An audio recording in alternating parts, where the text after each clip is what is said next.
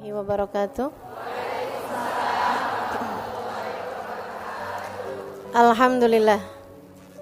Wassalatu wassalamu ala Rasulillah Muhammad ibn Abdillah wa ala alihi wa sahbihi wa man walah. Subhanaka la ilma lana illa ma 'allamtana innaka antal alimul hakim. Rabbi shrah li sadri wa yassir li amri wahlul 'uqdatan min lisani yafqahu qawli, amma ba'du. Para teman-teman semua yang hadir di sini, ibu-ibu, kakak-kakak, adik-adik, anak-anak, yang semoga semuanya dirahmati, dicintai Allah Subhanahu wa taala, dimuliakan, disyafaati Nabi besar Muhammad sallallahu alaihi wasallam insyaallah. Amin ya rabbal alamin. Dan pada hari ini kita punya tema wanita berkelas surga. Saudaraku sekalian saya muliakan, seperti yang tadi saya sampaikan, pilihannya tuh cuma dua, surga atau neraka. Surga kita belum pantas, tapi neraka kita gak kuat. Maka emang benar yang disampaikan dalam syair yang kabarnya syairnya Abu Nawas, kabarnya juga syairnya Imam Syafi'i atau ulama yang lain yang biasa kita dengar tuh. Ilahi lastulil firdausi ahla wala aqwa ala naril jahimi fahabli taubatan waghfir dunubi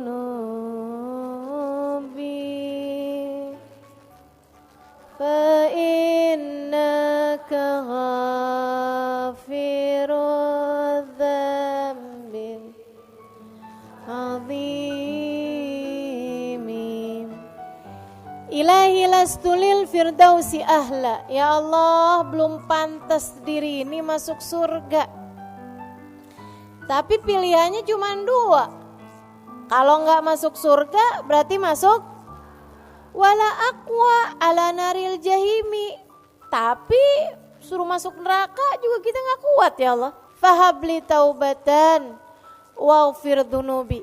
Yang bikin kita gak pantas masuk ke dalam surga ini karena dosa-dosa kan. Dosa-dosa bikin orang pantasnya masuk neraka. Kalau gitu fahabli taubatan. Ya Allah, karuniakanlah kepada kami taubat. Waghfir dunubi. Ampunkan segenap dosa-dosaku. Fa innaka ghafirudz dzambil azimi. Sebab meski dosaku besar, bukankah engkau adalah Tuhan pengampun dosa-dosa besar. Saudaraku sekalian saya muliakan, karenanya kita minta sama Allah, ya Allah, biar kata belum pantas, dipantes-pantesin apa ya Allah. Walaupun belum kelasnya masuk surga, dikelas-kelasin, anak bawang gak apa-apa ya Allah. Nah ini kita minta sama Allah Subhanahu wa taala, masukin ke dalam surga ya Allah, walaupun belum kelasnya, anak bawang gak apa-apa deh. Nyelip di pojokan gak apa-apa deh. Gak dikasih rapot gak apa-apa deh. Yang penting itu masuk surga. Soalnya pilihannya susah banget. Gak surga neraka ya Allah, gak deh neraka mah. Neraka tuh jangan pernah dijadikan pilihan, gak bakalan tahan. Allah yang nyiptainnya aja bilang, fama asbarahum 'alan nar. Coba sih mau lihat gimana kamu sabarnya dari neraka.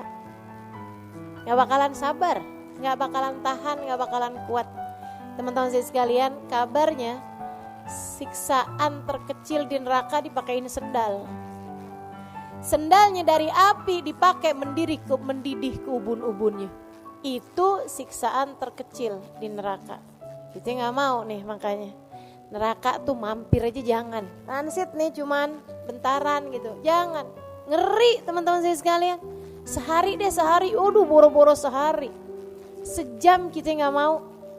Nah seharinya inna yauman inda rabbika ka alfi sanatin mimma ta'udun. Sesungguhnya satu hari di hari akhirat nanti setara 1000 tahun kalian waktu di dunia. Nggak pakai deh, nggak pakai sehari, nggak pakai sejam, nggak pakai semenit.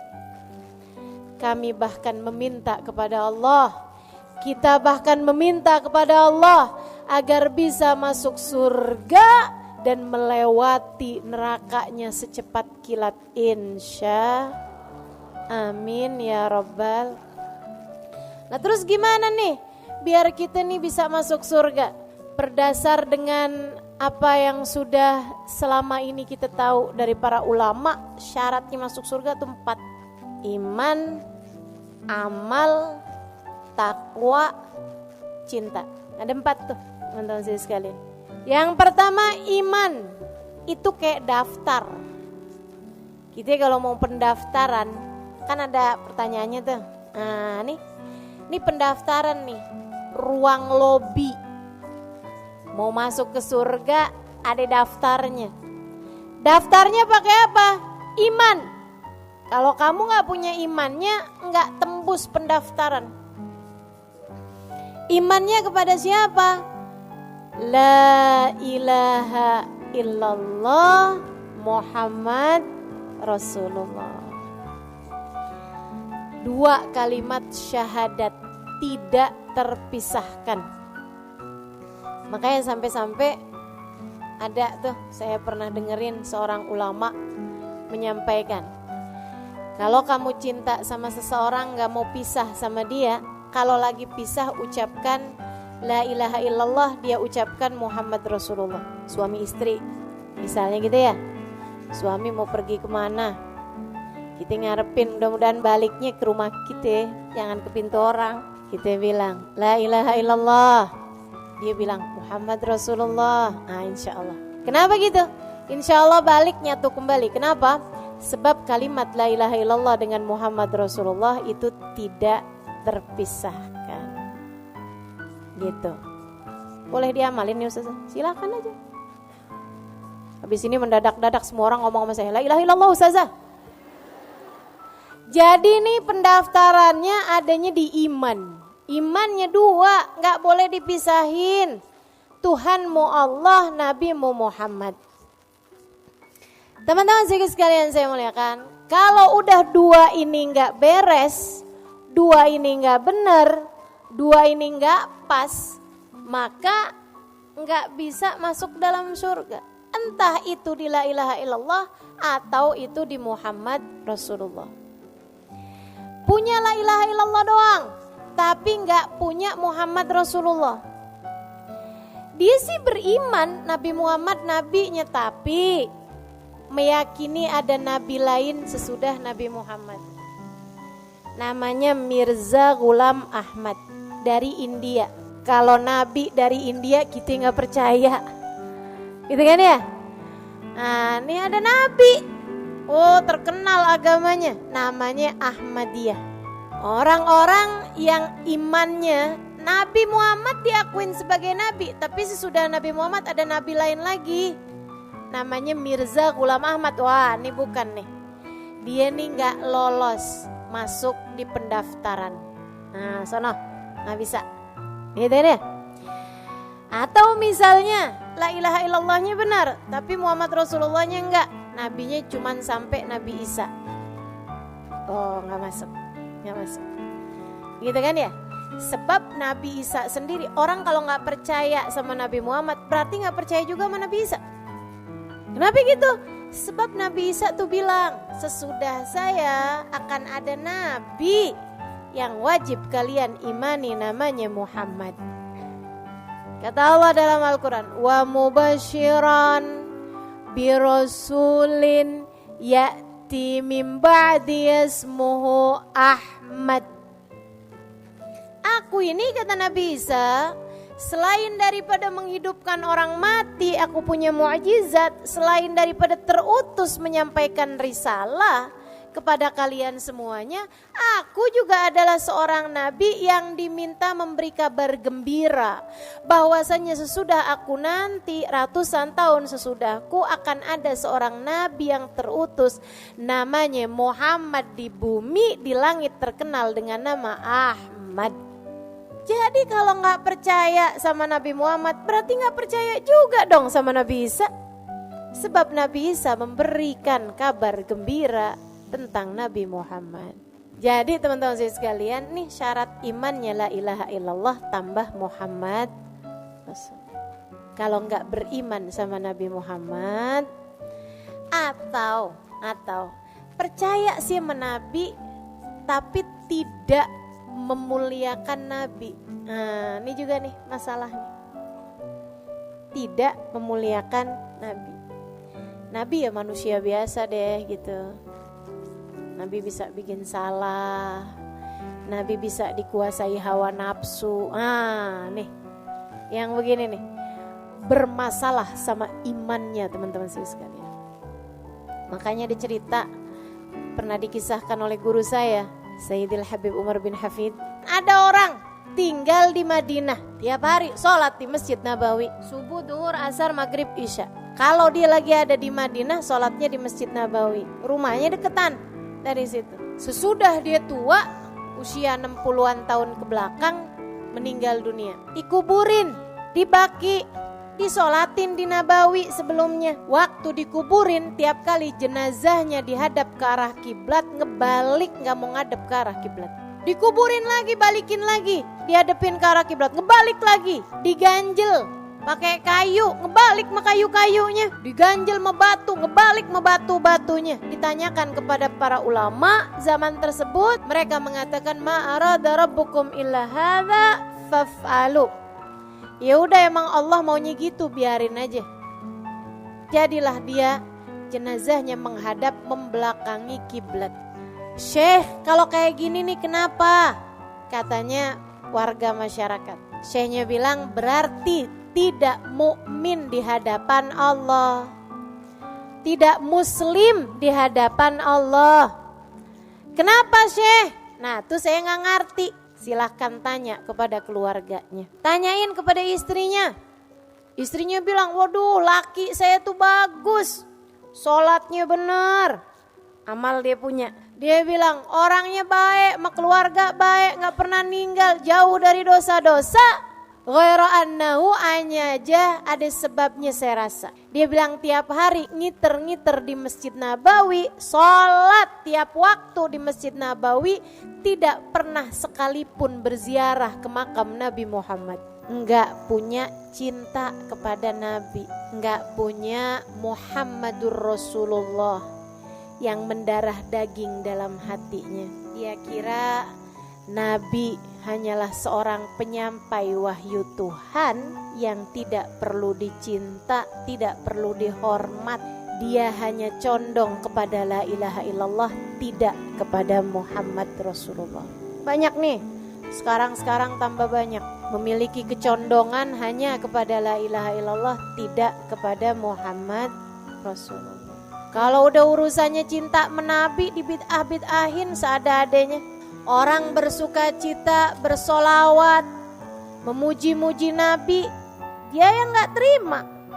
Dikata kalian berlebih-lebihan sama Nabi Muhammad. Merayakan maulid Nabi, gak ada dalilnya tuh. Ngerayain maulid dia sendiri, agak dicari dalil. Teman-teman sekalian saya muliakan, ini berbahaya. Karena hanya condong kepada la ilaha illallah, tidak kepada Muhammad Rasulullah. Kita hormat kepada Nabi Muhammad, kita iman kepada Nabi Muhammad, kita cinta kepada Nabi Muhammad, sama halnya dengan kita iman kepada Allah, kita hormat kepada Allah, dan kita pun tentu saja cinta kepada Allah. Iman kepada Allah nih teman-teman sekalian, bukan hanya bilang asyhadu an la ilaha illallah, akan tetapi makna la ilaha illallah, tidak ada Tuhan yang boleh disembah kecuali Allah. Kita tidak sujud kecuali kepada Allah. Kita tidak patuh butuh kecuali kepada Allah. Sebab kita meyakini tidak ada pemberi kehidupan kecuali Allah.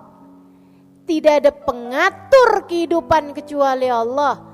Tidak ada pemberi rizki kecuali Allah.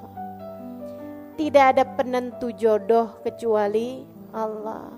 Jadi orang yang beriman kepada Allah gak ada ceritanya cinta ditolak dukun bertindak. Karena dia tahu gak ada ceritanya jodoh saya ditikung sahabat sendiri gitu. Gak ada ceritanya tuh. Orang yang beriman faham makna la ilaha illallah adalah la haula wala quwata illa billah. Gak ada kekuatan mendatangkan kebaikan, gak ada kekuatan menghindar dari keburukan kecuali semuanya dari Allah. Gak ada. La mani' lima atait, wala mu'ti lima manat, wala radda lima qadait. Tidak ada yang bisa memberi jika Allah hendak menghalangi. Tidak ada yang dapat menghalangi ketika Allah hendak memberi.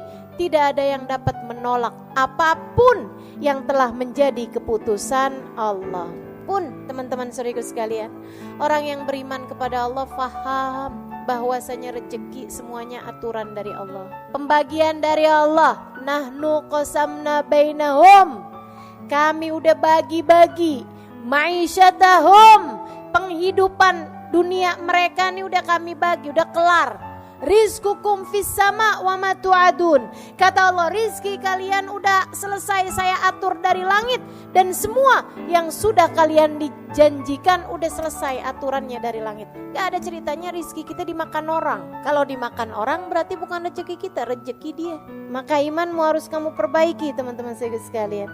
Waduh, ini suami di PHK, makan apa kita? Wah, kita nih kalau keluar dari perusahaan ini, makan apa kita? Waduh, makanya ada banyak orang-orang yang mendewakan atasannya. Ada orang-orang yang semacam menyembah pekerjaannya.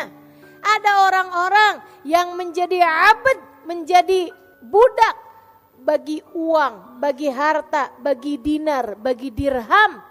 Ini yang dikhawatirkan Nabi Muhammad alaihissalam. Katanya Nabi Muhammad alaihissalam, inna likulli ummatin ijil, wa ijil ummati ad-dinar wa dirham. Setiap umat rasa-rasanya punya sesembahan lain selain Allah. Dan sesembahan umatku ad-dinar wa dirham, uang dan harta. Nih yang dijadikan sesembahan sama umat ini teman-teman sekalian. Maka imanmu itu adalah syaratmu menuju ke dalam surga.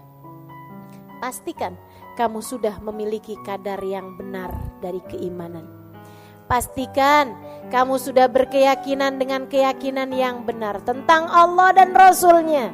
Sebab itu adalah gerbang pertama, pemeriksaan pertama, pendaftaran pertama bagi kelayakanmu untuk masuk ke dalam surga. Ayo beriman. Saudaraku sekalian, jangan pernah lepas dari hati. Iman kepada Allah di satu sisi, iman kepada Nabi Muhammad di sisi yang lain. Cinta kepada Allah di satu sisi, cinta kepada Nabi Muhammad di sisi yang lain. Bahagiamu dengan Allah, bahagiamu dengan Nabi Muhammad. Iman yang nomor 1. Jadi sekalian saya muliakan, yang kedua apaan tadi? Amal. Bukan cuman iman tapi gak pernah dikerjain. Amalin kalau udah tahu. Allah perintahkan sholat, kerjain.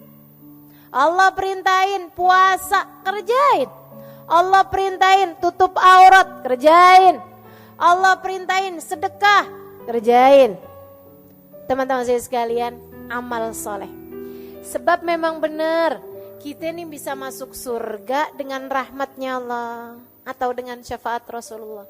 Akan tetapi bagi-bagi jatah surga, katanya Allah, adkhulul jannah birahmati waqtasimuha bi'amalikum. Dalam hadis qudsi Allah berfirman, masuklah kalian ke dalam surga dengan rahmatku. Silahkan bagi jatah surga kalian dengan amal perbuatan kalian. Nah kalau kita imannya punya amalnya kagak, keleleran di surga. Kayak udah masuk hotelnya tapi kita belum booking kamarnya. Kan begitu ya? Keleleran kita. Teman-teman saya sekalian, di hotel nih tapi di lobi doang. Kagak enak ya? Demikian pula dengan di surga nanti. Itu waqtasimuha bi'amalikum. Bagi-bagi jatah surganya sesuai dengan amal perbuatan kita. Teman-teman saya sekalian, Nabi Muhammad cerita, pintu surga tuh nanti macem-macem. Nih kata Nabi nih, ya. Surga tuh kan ada 7 tingkatan. Darajat, semakin tinggi berarti semakin bagus. Nah di dalam surga yang 7 tingkatan itu juga masing-masing jatah surganya dibagi-bagi sesuai dengan amal perbuatan. Makanya Nabi Muhammad bilang, innalil jannati bab yuqalu lahur rayyan. Sesungguhnya di dalam surga terdapat satu pintu namanya Rayyan. La yadkhuluhu illa shaimun. Tidak ada yang masuk di dalamnya kecuali ahli-ahli puasa waktu di dunia. Puasa wajib iya, puasa sunnah iya. Puasanya bukan cuman puasa perut farji, tapi dipuasain seluruh anggota tubuh dari dosa. Walaupun udah malam tetap puasa perut dari kekenyangan. Tetap puasa seluruh anggota tubuh dari dosa. Ini ahli-ahli puasa teman-teman saya sekalian. Ada pintunya sendiri namanya Rayyan. Kalau kita bukan ahli puasa gak bisa masuk di sana. Ada pintu Nabi Muhammad cerita namanya Babur Rahmah. Babur Rahmah, pintu Ar-Rahmah, pintu rahmat. Itu buat siapa? Buat orang yang pernah ditinggal wafat oleh orang tercintanya waktu di dunia. Dan ketika ditinggal wafat, meninggal dunia oleh orang yang dia cintai waktu di dunia, tinggal mati sama orang yang dicinta waktu di dunia, dia segera bersabar di awal kali mendengarkan musibah tersebut, berkata inna lillahi wa inna ilaihi raji'un, alhamdulillah ala kulli hal. Ibni li abdi baitan fil jannah wa sammihi baitul hamd. Katanya Nabi Muhammad alaihissalam, Allah berfirman, hambaku, wahai malaikatku, bangunkan untuk hambaku sebuah rumah di surga. Kasih nama rumah tersebut Baitul Hamd, rumahnya orang yang pandai berterima kasih kepada Allah. Kekasihnya meninggal, dia tetap berterima kasih juga kepada Allah. Karena dia faham apapun yang terjadi adalah yang paling baik yang Allah berikan pada hambanya. Masya Allah. Jadi teman-teman saya sekalian, ada pintunya sabar, ada pintu buat ulama, ada pintu buat orang-orang ahli dakwah fillah, ada pintu buat anak yang berbakti kepada orang tua, ada pintu buat orang-orang ahli jihad fisabilillah, ada pintu buat para pembaca Al-Quran dan pengamal Al-Quran, ada pintu-pintunya teman-teman saya sekalian.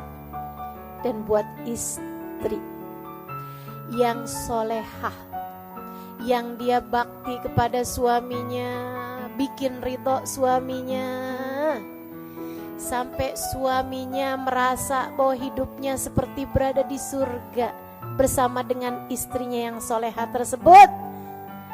Teman-teman saya sekalian yang saya muliakan, dia junjung, dia muliakan suaminya. Jadi istri yang benar-benar mampu membahagiakan suaminya, kalau meninggal dunia boleh pilih pintu surga manapun yang dia inginkan. Bebas, kamu bebas milih pintu surga manapun yang kamu inginkan. Masya Allah. Bu, para istri, ini kita bisa masuk surga jalur pintu khusus nih. Boleh milih teman-teman saya sekalian. Ayu mamratin salat farda, samat syara, wa ta'at zawjaha, faltadkhulil jannah min ayyi babin sya'at. Kalau ada seorang istri, dia benar sholatnya, fardunya, dia benar puasa Ramadannya, Yang bolong-bolong ditambalin sesudahnya, karena dia mens, karena dia nifas, dia bayar sesudah bulan Ramadannya. Dia gak punya puasa sunnah banyak-banyak, dia gak punya sholat sunnah banyak-banyak, tapi dia punya amal ibadah berupa menyenangkan suaminya, sampai suaminya ridho kepada dia. Nanti kelak kalau masuk surga, boleh milih pintu surga manapun yang dia inginkan. Kata Nabi Muhammad SAW. Tapi emang ya, nih kalau belum kawin sih belum tahu rasanya. Kayak gampang. Betul apa enggak? Ini yang belum kawin nih. Saya pengen kawin biar bisa masuk surga dari jalur pintu khusus. Yang belum kawin. Yang udah pada kawin nih, ya Allah kayak kagak bisa dah lewat pintu yang nono. Ternyata jadi istri bukan main-main. Bener-bener itu ya. Ya Allah. Emang suami ini emang bener-bener pintu surga, teman-teman sekalian. Emang bener-bener jalan surga, beneran dah. Dan karena surga itu mahal, emang susah mau masuk dari jalur yang ini nih, sampai mikirnya kayak begini, jalur lain aja dah. Ya Allah. Dah para istri ya, kalau suamimu lagi nyenengin, emang jalan surga mah enak gitu. Kalau suamimu lagi rada nyebelin, emang jalan surga mah berat gitu. Tapi biar kata berat kita jalanin, ya enggak? Hadiahnya surga, teman-teman saya sekalian. Jadi kalau lagi kesel-kesel sama suami, ingetin diri aja surga. Suami lagi marah-marah, kita senyum aja bayangin surga. Surga gitu. Gak apa-apa. Suami lagi ada nyebutin nama salah satu yang ada di kebun binatang, biarin dia aja surga. Surga, saya gak mau balas, saya gak mau. Insya perlu amal soleh, teman-teman saya sekalian. Perlu amal soleh. Sampai-sampai nih, waktu Nabi Muhammad cerita kayak begitu, ada sahabat nanya. Nabi Muhammad tuh cerita, jadi kamu kalau masuk surga, tuh yang namamu ada di pintu situ bakal memanggilmu. Tenang, kamu gak usah susah-susah tuh nyari nama kita ada di mana. Gak usah teman-teman. Begitu kita masuk surga, pintu yang ada nama kita di situ bakal manggil. Halim terus gitu. Ya kan contohnya kan mesti yang enak-enak, biar jadi doa. Gitu ya. Jadi tuh pintu bakalan manggil, teman-teman sekalian. Begitu kan? Nah, kalau yang istri yang solehah nih, ya itu dia, boleh jalan, boleh milih pengen masuk yang mana gitu. Saudaraku sekalian yang saya muliakan, nah ini nih, Nabi waktu cerita itu sampai ada sahabat acung tangan. Rasul mau nanya dong, kenapa kata Nabi? Ada gak Rasul? Dari baiknya nih orang sampai semua pintu surga manggil dia. Ada gak itu? Kata Nabi Muhammad, ada. Dia adalah Abu Bakar As-Siddiq. Semua pintu surga manggil dia, teman-teman. Ya Allah, luar biasa, benar ya, sahabat baginda kita Nabi Muhammad SAW. Yang satu ini sambilan mikir gitu, kita gimana nih ya? La ilaha illallah, la ilaha illallah. Mudah-mudahan dah biar keterima sama Allah, biar dirahmati sama Allah, biar disayangi sama Rasulullah. Kali-kali gitu dicariin, ya enggak? Amin ya Rabbal. Baik tuh, satu tadi apa? Dua, pastikan ada yang bisa kita andelin. Pastikan bahwa amal ibadah kita itu juga ada yang bikin kita jadi pantas masuk surga. Sabar-sabarin teman-teman saya sekalian. Emang yang namanya ibadah mah karena jalan menuju surga tuh kan jadinya kan berat tuh. Namanya ibadah memang berat. Tahajud ngantuk, ya enggak? Puasa lapar. Semua ibadah memang kayak begitu. Hadir pengajian Enggak tuh, enggak pada males gini ya Allah. Jadi teman-teman sekalian tuh amal soleh. Kemudian yang ketiganya apa tadi? Takwa. Saudariku sekalian saya bilang, apa tuh takwa? Jauhi dosa. Itu takwa. Takwa itu punya rasa takut sama Allah, membuatmu tergerak mengerjakan perintahnya dan menjauh dari larangannya. Takwa, jauhin dosa. Kalau kepengen masuk surga, ya jangan menempuh jalan yang bikin kamu masuk neraka. Kan katanya pengen masuk surga. Maka wanita berkelas surga seharusnya nggak booking tempat di neraka. Katanya Nabi Muhammad alaihissalam, man balag umruhu arba'in falam yujawiz khairuhu syarrah falyatajahaz ilan nar. Siapa yang umurnya 40 tahun tapi dosa-dosanya banyak banget, gak lebih daripada pahala yang sudah dia buat. Umur 40 tahun masih rajin banget bikin dosa, falyatajahaz maq'adahu minan nar. Dia sedang mempersiapkan tempatnya di dalam neraka. Dosa tuh bikin kita masuk neraka. Maka kalau kamu pengen masuk surga, jauhin dosa. Udah punya suami, masih seneng aja WhatsAppan melaki orang. Ada di sono, sini. Kalau kurang, jangan utang. Apalagi kalau hutangnya hutang riba, haram. Teman-teman, haram. Haram. Itu dosa paling parah tuh, dosa riba. Serem banget. Dalam Al-Quran, ini saya kasih tahu ya, buat siapapun yang suka berhutang, apalagi kalau sampai hutangnya sampai hutang-hutang yang pakai ada ribanya, teman-teman saya sekalian. Utang yang sama temen aja, yang kalau dia lupa alhamdulillah, yang kalau dia nggak nagih-nagih berasa dapat rezeki hamba solehah. Nih teman-teman saya sekalian, itu aja bahaya loh, bisa nyegah kita dari surga, apalagi hutang riba. Saya kasih tahu, saudara sekalian saya muliakan, dalam Quran tuh ada 2 dosa yang Allah ancam. Dalam Quran ya, ada 2 dosa yang Allah ancam. Kalau kamu nggak berhenti, kamu ngajak perang denganku, kata Allah. Ada 2 dosa. 1, dosa bunuh Nabi. Bunuh Nabi. Bunuh Nabi. Nabi diutus ke atas muka bumi malah dibunuh, diancam perang sama Allah. Utusanku dibunuh, gimana nggak diancam perang sama Allah? Kamu berani-berani bunuh nabiku, kata Allah. Fa'dhanu biharbin minallah. Aku akan perangi kamu, kata Allah. Pantes dong dosa bunuh nabi. Saudara sekalian saya muliakan. Dosa yang kedua, dosanya riba. Kata Allah, kamu nggak berhenti ngerentenin uang, kamu nggak berhenti berhutang riba, fa'dhanu biharbin minallahi ta'ala wa rasulih. Aku dan Rasulullah Muhammad mengumandangkan perang sama kamu.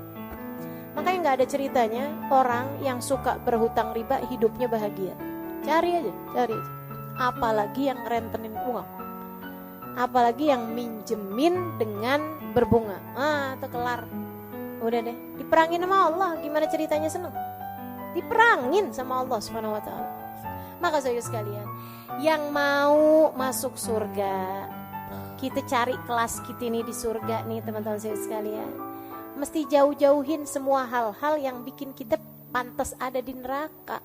Jauhin semua yang bikin kita pantas ada di neraka dari semua jenis dosa-dosa. Nih dengan ya, jauhin apa nanya? Dosanya pacaran jauhin, dosanya ngomongin orang jauhin, dosanya fitnah jauhin, dosanya marahin suami jauhin. Emang dosa saja? Dosanya mukul anak jauhin. Ibu, dosa itu katanya Nabi mahaka fi sadrik, yang bikin nyesel di hati itu dosa. Dosa itu subhanallah. Sama Nabi Muhammad dikasih cirinya nih dosa nih. Maha kafi sadrik wa karihta an yattali alaihin nas. Kamu mau tahu apa itu dosa? Yang bikin sumpek hati dan yang pekerjaan yang kamu gak mau kelihatan sama orang lain. Itu dosa. Teman-teman saya sekalian saya muliakan, kamu di saat lagi mukulin anak, seneng gak kalau dilihat sama orang? Gak mau. Ibu-ibu saya sekalian, kamu lagi jalan nih sama anak kamu nih. Ceritanya nih, lagi pergi ke swalayan. Tahu-tahu anak kamu emang lagi rada bandel bertingkah gitu ya. Sampai kemudian dia nabrakin susu tumpah. Di situ di supermarket, ya Allah. Kita kesel banget sama anak kita kan. Mau kita jewer. Pas lagi mau jewer, Ustazah Halimah lewat. Misal. Kira-kira jadi apa gak mau jewer? Ustazah, ya ampun. Doain anak saya deh Ustazah.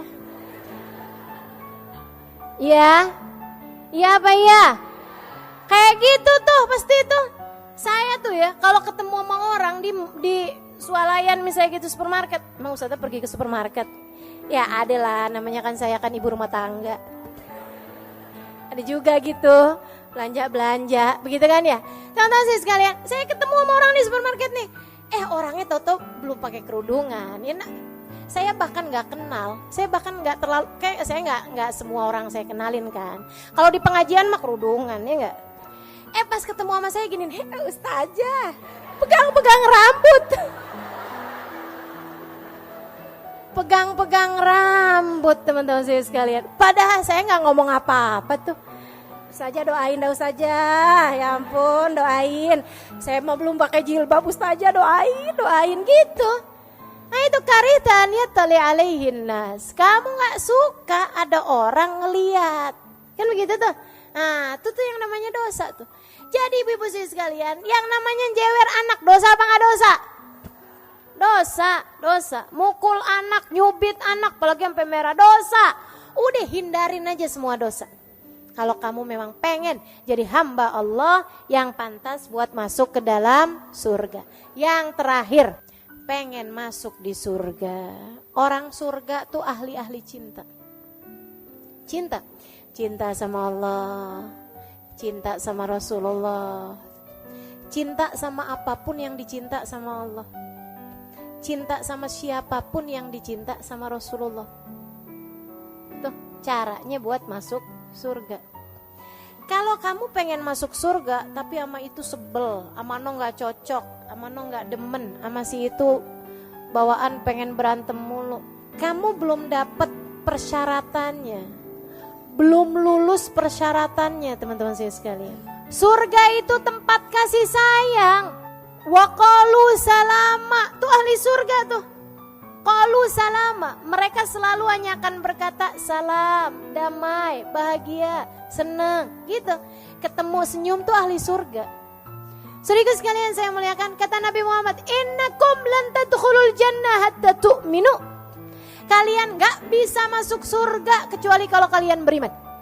Walan tu'minu hatta tahabbu. Kalian gak bakal beriman kecuali kalau kalian saling cinta. Syarat mutlak buat masuk surga harus punya cinta. Siapa yang kita cintai? Semuanya kecuali setan. Semua mesti kamu cintai.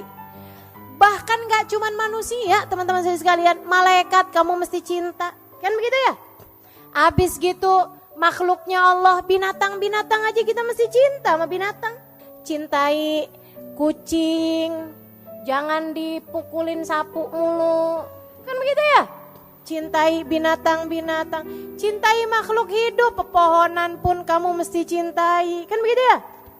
Saudara sekalian saya muliakan, jangan nebang hutan sembarangan, jangan bakar-bakar hutan. Kan begitu tuh.